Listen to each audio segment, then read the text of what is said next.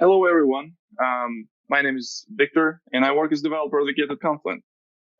We do lots of interesting things with developers, with open source around some big data, streaming data, distributed systems technologies. Pretty cool stuff. I like to talk about this, and this is me on the stage. I like to take the pictures of me on the stage when I'm talking about it, and you can see some of it on the background. You can see some of the terminal windows, meaning that I also like to code and showing some code on the stage. So this is where we meet our hero. And the reason why I'm using this notion about hero and talking about myself in the third sense, not that because I'm douchebag or whatnot. I really like to learn or like learning things about movies, about the process of creating movies. And one of the process of creating movies is have a great story, have a great script. And one of the things that I like to do is to kind of learn the way how I can structure my conference talk in a way how it would be also entertaining and maybe tell a story. So in this particular case, I using some of the maybe some people know this. How many of you actually familiar with Rick and Morty cartoon? You can speak up or like you wave. Yeah, some people know. How many of you familiar with Community? There was a TV show called Community. At least if you heard about this. So this show and Rick and Morty and the Community was created by the guy named Dan Harmon. He was a screenwriter, and he come up with very interesting way how he can solve some of the problems that screenwriter have. You have some story to tell, but like you stuck somewhere. So he come up with this idea of a story cycle, a circle, where he's talking about the story from perspective of the circle. And I structure my today's talk. It's going to be pretty brief, just to bring you to the point where I am right now. And I use this story circle metaphor to tell my story. So this is why I have a hero. So the hero here is came from another idea. This idea of hero journey. If you will just Google, you will find some of the great materials about what's the hero journey and how the journey changes the hero while you telling the story. So here I am. I build highly scalable and highly available hello world application. This is what was my, go-to tagline when I was in the conference, when I was talking about some cool stuff. And the kudos to Kenny Bastani. It's one of the fellow developer advocate. And he come up with this title, and I just, okay, yeah, I'll steal it. I love it. And I will be using it everywhere. Now, so what was my need? So as a social being, first of all, I have something to share with people. I share some of the things that they might be interested in, not specifically about what the product can do, but rather that what they can do with the product.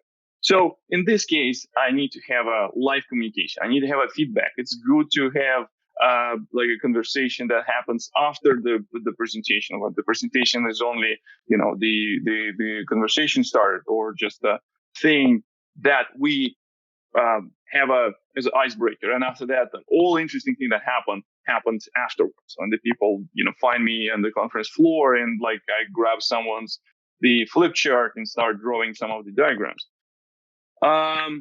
That also gives me a little bit of adrenaline that allows my brain cells function faster when I am in this stress condition. And maybe I can say that I become a little bit addicted to this feeling. And when we came into this, the pandemic situation, to do my work efficiently, I need to come up with some solution. I need to come up with the ways how you can bring all feeling for myself and bring some of the good things for my audience, for my people, for my community, my fellow developers. So in this case, I start looking to ways how I can move things to way they were before the quarantine, right? So what's the easiest thing to do? Yes, obviously. Many of us received this type of emails from the conference organizer, or as a conference organizer, we send these emails to our speakers. So yes, we decided to switch to virtual conference format this year, and which means that this is how it goes. So step into my office. This is you right now in my office, my home office, and you can see what is going on there. So I have to turn this place where I was working into place where I also can present things. So this is the picture from one of the online conferences where I have a great experience speaking. A friend of mine asked me to speak there as a kind of last minute replacement, simply because I'm not a huge fan of Scala. People, if you love Scala, I'm not your guy. But because friends don't let friends talk about some other things, I talk about something else. I talk about stream processing using KSQL, which is not Scala. So at this point, I was able to, okay, so I think live virtual conferences, this is where we can get this, right? So we can start going to all these virtual conferences and start doing our things, and we get this feeling. And one of the things that was missing from these virtual conferences, they were about content, but they were not about community. So this is why one of the things that were essential for me as a part of my essential need for this type of stuff is to talk about community. So the things that we nurture inside our company, the Confluent, we have a community. We run some of the meetups program around the world, and one of the things people like about this, they feel welcome. They come in there not only just to get some piece of content or learn something, but also to chat, to talk about it. So this is how we transition these ideas into community. And we have right now really good community where the people are joining some of the meetups that they were not able to go because of the flights. So, for example, 1 week I did a meetup in India, and another meetup in Israel, and another meetup in France. So in this case, I would potentially do this if there was a plane to do to fly me in, but I was able to do this without stress of traveling and afraid to miss my flight and things like that. So it's good stuff. If you're in the Kafka Jazz and stream processing jazz, just join us on one of the meetups. And the 6 meetups I did within couple weeks. So it just was kind of, I was interested to see if it brings that old feeling. This is what I'll get from this one. So I'm going through this, the things to learn what is good, what is bad. So over the time, it's actually shown me a lot of things. I found a lot of things. But what about me creating my own meetup, on my own rules? And here's another part of the story. So what happens in one of the conferences, there also was virtual conference, and this virtual conference had the certain a timeline. So they said, okay, so you have at this time, and after that they will just cut me. And for some reasons, even it was I was distracted by some questions, so I was carried away, and I didn't show my demo. And usually when I do my presentations, I always do demos. I'm not doing except, or maybe even today I'm doing some demo, I can say. What happens? I didn't have a time to do my demo, and after that they said, "Hey, what the hell? I have awesome demos, but I didn't get to chance to demonstrate this. Let me do this myself." And after that, I went to Twitter, went to it's my Medium where I am. You can follow me on Twitter, and the Twitter conveniently placed in the top of every slide. So if you want to follow me there, please do it. So, and I went there and said, "Hey guys, so the conference was there. The topic was awesome. I didn't have a chance to showcase it. I didn't have a chance to demonstrate this. You want to see it?" And people said, "Yeah, why not? Let's do it." So instead of recording this video as I did this before, and I'm not the new person to recording videos or screencast or doing kind of a talking head type of conversation, but I said, "Hey, let's do live stream. So let's do the same thing, but live stream." So in this case, I'll get the similar feeling that I'm getting feedback. I'm getting some questions from the people. So that's why I went to YouTube. I tried the same way. I took Zoom, and Zoom are able to set up the YouTube streaming for me. And I was like, "Yeah, let's do it." The quality was terrible. I was not super excited, and I didn't like this experience at all. So I decided, okay, let's go full blown setup. Let's crack the mystery box. Let's figure out how to do this awesome, how to stream in 4K, how to stream with awesome sound and do a screen sharing and all awesome things. So essentially, this is where I end up right now. And I had to, the was quote from one of the movies that I like. The Avengers, Infinity War. It's pretty small price to pay for salvation. So I was looking to this one, how I can get the same experience that I'm real presenter, but not just like another webinar. So I started doing this type of stuff, which brought me to the point like, okay, so where we are we getting somewhere? Are we, learning something?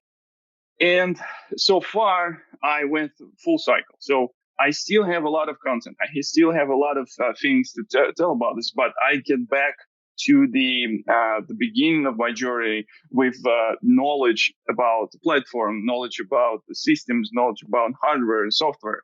So I learned a lot. So first of all, I changed the way how I perceive these things and the way how I can use this. I'm using this not only to get feedback, but also to give something useful things. And this is like a screenshot of one of the videos that I was able to do within last maybe around like 2 months. I was doing this regularly every week. It's about 1 hour, 1.5 hours presentations plus live coding and some of the explanations. And what did I learn? I didn't learn a lot. And I think that one of the things that we can basically discuss in after my presentation is over is like, what did I learn, right? And yes, and as always, once you became a YouTuber, this is your tagline. Do not forget to subscribe to my YouTube channel. New videos almost every week, and your audience needs to know that you're there for them. So this is why it's going to be like a regular thing. And also, if they're interested in this type of content, they will subscribe. They will come and listen. And this is how you create your own community. And another point, one last thing that I was able to get out of this as a part of my journey, I was able to not only learn something myself, but teach my fellow the colleagues. And I was able to convince that my managers that this medium of streaming, of having this conversation online and having this apart from the being just like sharing the video content or screen sharing or some of these slides is actually a good thing to create a good community, get a feedback. So now I got the official, channel in my work. So the things what I did, it was kind of my, if I were talking about this as a TV show metaphor, it was kind of like pilot season. Now season 2, I have a full-blown support from the organization perspective, and now it's on. And hopefully next time I will be here, I will be sharing some of the new developments in this world of of streaming. And as always, my name is Viktor Gamov, and as always, have a nice day. Wow, what a journey! This is my tagline. So in this case. Everyone knows when I said, and as always, have a nice day. This is the end of the stream. But hey, that's who I am and where I am right now. So with that, Anna, you don't like YouTube. Now is your time to ask all the questions and like invest all your hate. No, she said about Twitch, not YouTube. Twitch I hate because of their toxic community. And it's another question. I don't hate YouTubers. Let's just say that. I like YouTubers. I watch a lot of people. I just don't like the platform because the way they are promoting things, the way their algorithm works, I don't think it's beneficial for content creators because to my experience, they are promoting only the content that is monetized and thereof is good for their advertisers. So if you're talking about something controversial, which according to their guidelines can be anything, your growth can be really stopped because of the platform. Have you experienced this kind of things on YouTube? It's one of the things that I had to learn also is it's not about content anymore.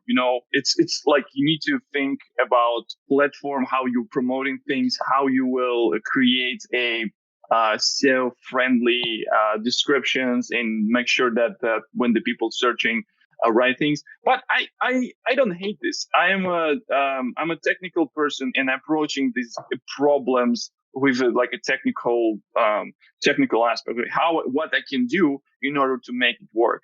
I know what content I'm planning to do, and I know that it's very niche. So I'm not talking about something that will get the likes. I just want to share some educational bits I found useful myself, and I feel during conversations, during some of the chats, I'm running few like we have a Slack channel. I'm running the Telegram channel for my Russian community. So the questions what the people asking, getting there, and I feel that some of these the streams might answer this question. Plus, I'm also getting inspiration from the people who asking questions saying, "Hey, so how to do this?" And say, "I don't have a time to work on this today, but maybe for the next episodes, I will be able to create." So yes, you need to learn platform. Yes, you need to understand the rules, how it works. But this is exciting. I think this is a part of the journey. This is where I feel either I have something to improve